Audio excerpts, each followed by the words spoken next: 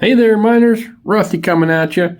This is going to be the second video on what we're going to call knife steels, and we're going to talk about intermediate level on knife steels. And I got a couple USA made knives, so we're going to be talking about that. In the very first video we talked about the history of stainless steels. I kind of skipped the part about what we call high carbon steels, and this is a 1075. So this has just got iron and carbon in it, and we found out the more carbon you got, the harder the steel can get. Doesn't mean it will be, because that all boils down to heat treat. But then they add things like chrome, and we make a stainless steel, and that's what we're looking at here, which will then contribute to corrosion resistance. But let's just talk about today. We're going to move into some different topics. Catra and powder metallurgy. So we're going to talk about an introduction to Catra. Catra is the Cutlery Trades and Allied Trades Research. So with Catra, we're talking about studying metals in a lab environment. A lot of YouTube people will do cut tests and different types of tests, corrosion tests, Outpost 76 and Cedric and Ada. They're cutting boxes, they're cutting ropes, they're spraying it with salt, leaving the salt solution on here for 6 hours, 10 hours, 24 hours, whatever. But it's not done in a lab. So here is Catra. And you guys may know I like 440C a lot. And 440C at 59. So this is known, 59 HRC, Rockwell hardness. Their relative Catra is 100. I'm not exactly sure what that means, but I do know that N690 at 118 is 18% better. So I'm kind of assuming it's safe to say if this cut 100 feet of cardboard, this would cut 118 feet. 154, 120, D2, 124.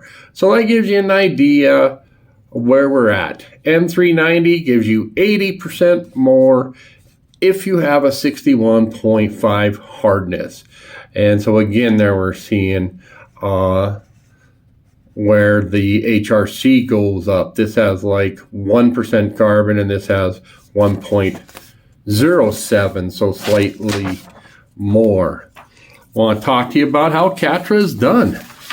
Again, what you're doing when you're measuring Catra, you are taking a knife steel and you attach it to a blade, a blank, and you apply pressure, and it's going to cut these little strips. They're silicone filled strips, a lot like cardboard, but filled with silicone, and to measure how many you cut. It's run off of pneumatics, what I understand, air. And a steel blank then has to be the same size and dimensions. They're going to be 4 inches across the back or long, 1.5 inches high with a 2.5 inch grind and a 1/8 inch hole. We then have a 3-degree bevel, and we're 10/1000ths right here at the edge. So with all of that, they hook it into this machine, and they start pressing with pneumatics until it stops, and they count the number of strips per cut, and that's going to give us our measurements over here and how they determine their Catra. So that's done in a lab. So thanks to Catra. I'm going to do something real quick, real life. Getting this one from Cedric and Ada. And at the time I printed this, he had 376 edge retention tests with 110 different materials. That would be steels, I'm guessing, ceramics on here. 236 knives from 89 makers. So you hear a lot of people talking about geometry, heat treats, those kinds of things, sharpening. He used Work Sharp edges, KME, factory edges, Tormax, all those kinds of things.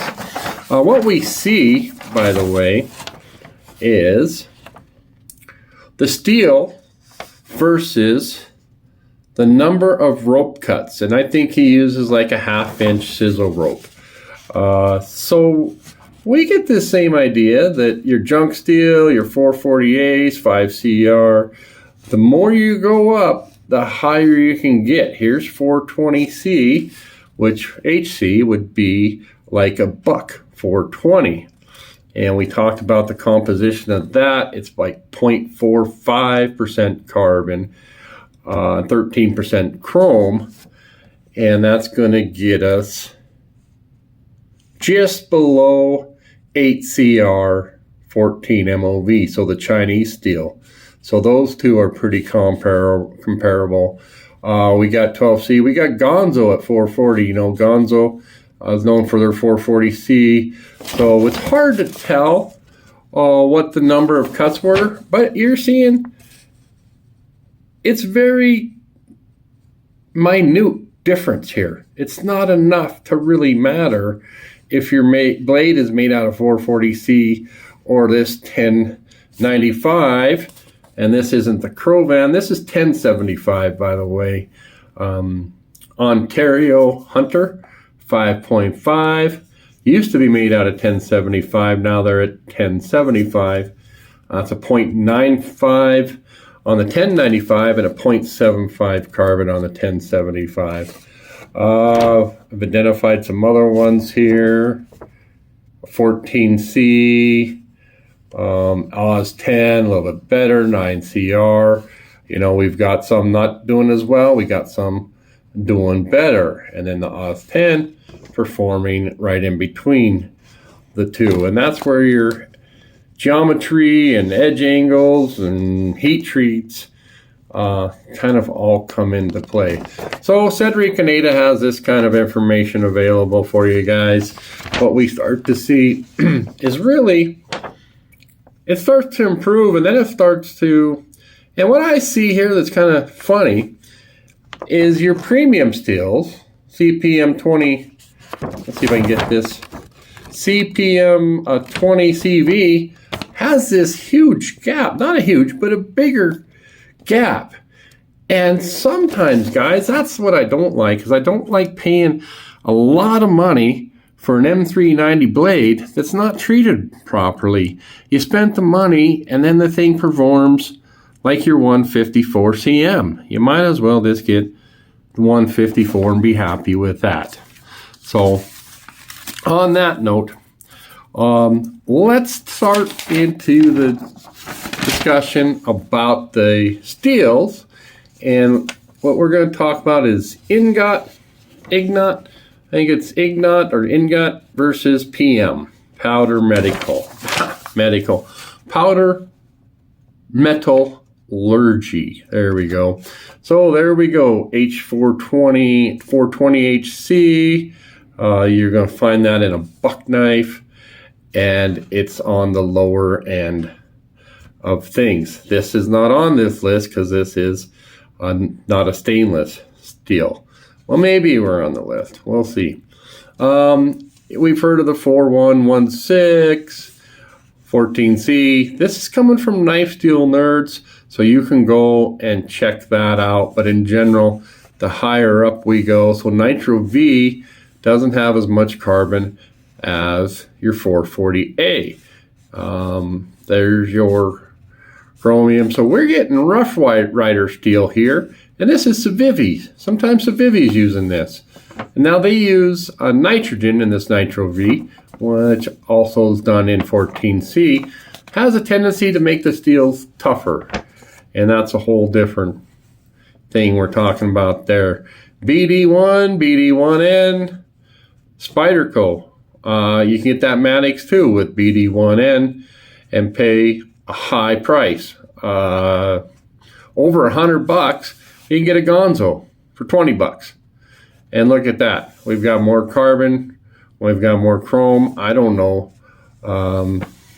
People, BD1. 440C. 154. You can get this one. Might be, no, D2 would also be one of them. Ingot or powder powder. We'll call it powder. PM.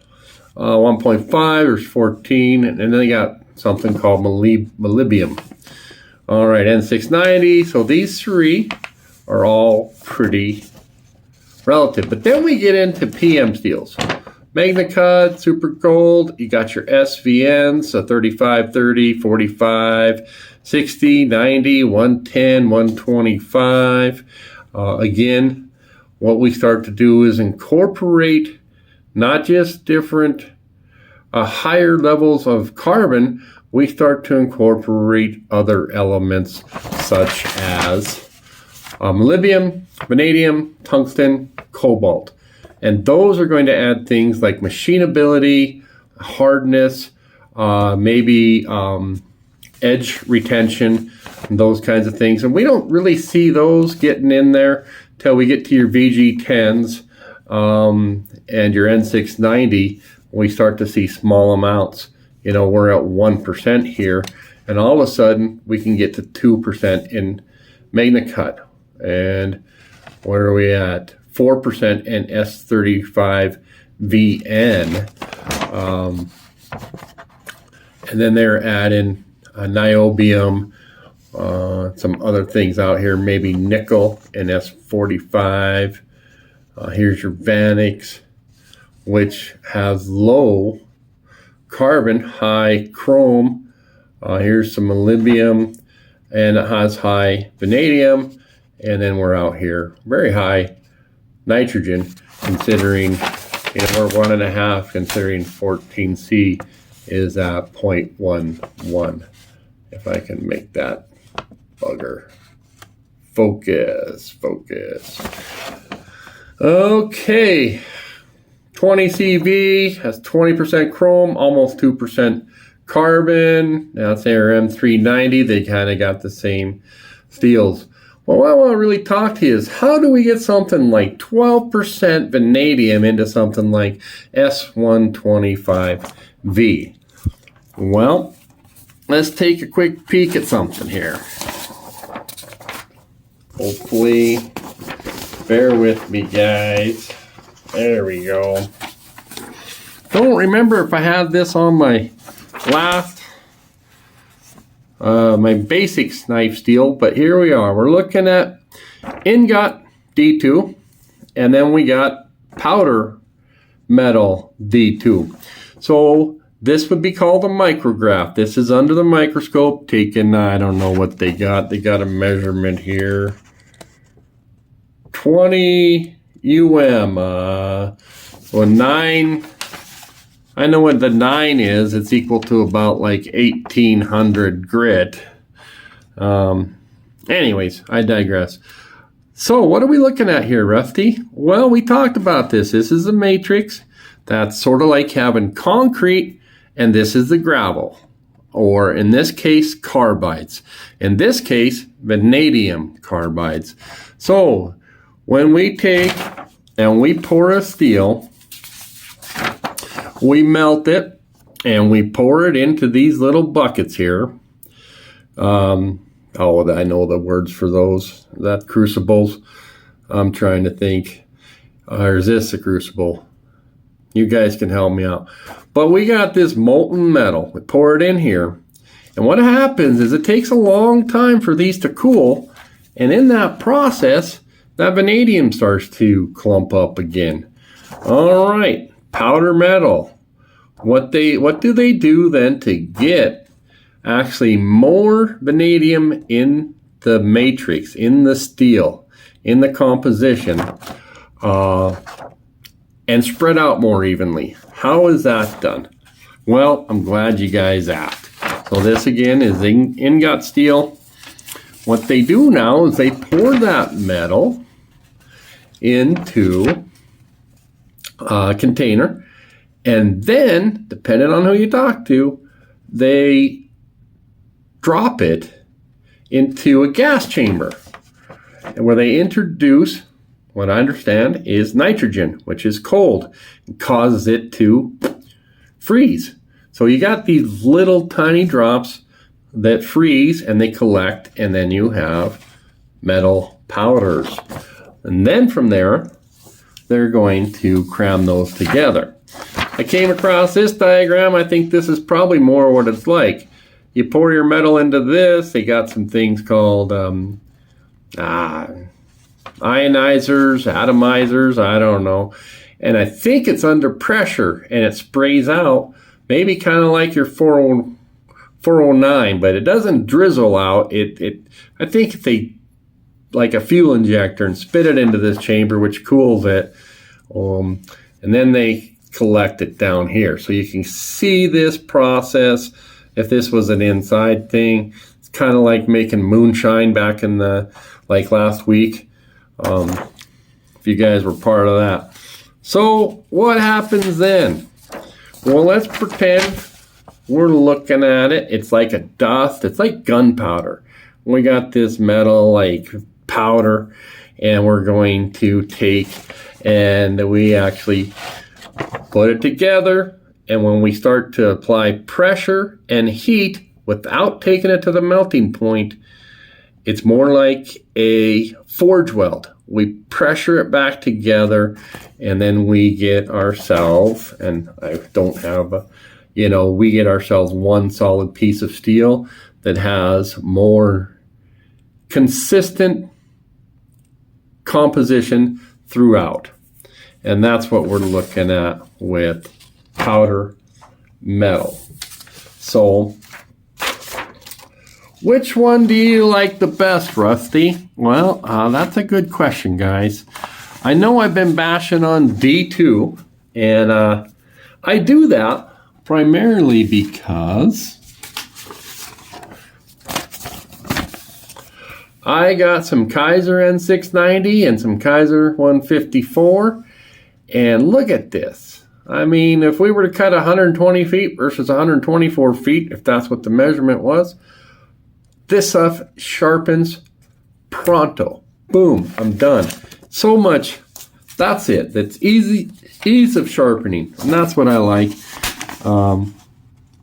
When we have metals out there that sharpen easy and get the same or similar results cutting, that's what I'm going for. So let's take a peek now. And here's one called edge retention versus toughness. Having trouble tonight with, there we go. Edge retention versus toughness. Well, so 420C is a tough steel. And then we have 14C, which is also as tough, but we're looking at the corrosion, or excuse me, the edge retention on those two not being that high on the chart. They're not even over number 3. Here's your 4116.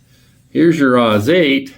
Here's your Nitro V. So your Nitro V is not as tough as 14C.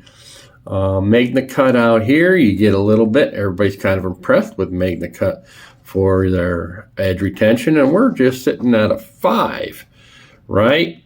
But they're tougher than something like the S35VN, the Spy 127. I believe your D2 is 5 and 5. And this is right in the middle, by the way, guys. This is 5 for toughness and 5 for edge retention. So D2 might be right in there as well. So D2 might actually be on par with S35. People won't agree with that because your S35 is going to have better corrosion resistance and other things. So, but in terms of edge retention and toughness, I think they're relatively pretty close. Here's your CPM 154. Here's your VG10. So we are seeing not as much edge retention or toughness out of those N690s. So what I like, guys, I like 14C. I think we see better results on edge retention than what we're seeing here. I think some 14C can perform, higher. Of course, I like S35. I don't really know Spy 27. I own a blade in Spy 27, but Don't know how well it's doing. I like your VG10s, your N6. I like this whole group right here because they're affordable. You can buy them for 50, 60 bucks in this area here. Then you got to go $100 or more to get in this area.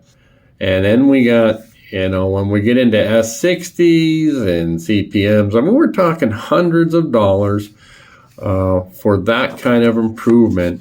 When here's your Oz 8 and here's your 440 and it's 20 bucks more, and then to go from here to here, you got to spend $150 more to get a S90V and a 125V. So let's talk for a moment about this graph, why we're seeing this graph, why we're seeing tough steels not having good edge retention. You know, wouldn't it be great? How come there's no steels that are both tough and have good edge retention? And it's just a trade-off, okay? And what we talk about again is back in the first video, we talked about when you have a lot of carbides, that can lead to, you know, your knife steel fracturing. Give me a second. I got a pile of mess over here. So there we get back to this. So if we take this and you apply toughness, by the way, from what I understand is if I'm cutting through a box and I hit a staple, it's not going to chip my blade. That's toughness. Strength, there's a couple different types of strength. Okay, so if I am using steel and I'm building a building and I put what they call shear, okay, shear strength. So I can push, if I have two opposing objects that go to shear it off, like scissors. Shear, that is how they can measure, actually in a lab, they'll measure shear strength. And then we measure tension strength. That's how far do we bend this way, how far will it bend before it breaks in tension. So I think of strength as how strong is it with this type of force, and then toughness is how tough is it if I have in there whack this into a log, and those are going to be your two measurements. And what ends up happening is your steels like this are actually tougher with these carbides than steels, well, I guess it's hard to say, but if you have more carbide in it, it has a tendency to less tough. But the more carbides, those are things that have a higher hardness than your steel. They are going to contain better edge retention. So we're going to cut it off right there, guys. Thanks so much for joining me today.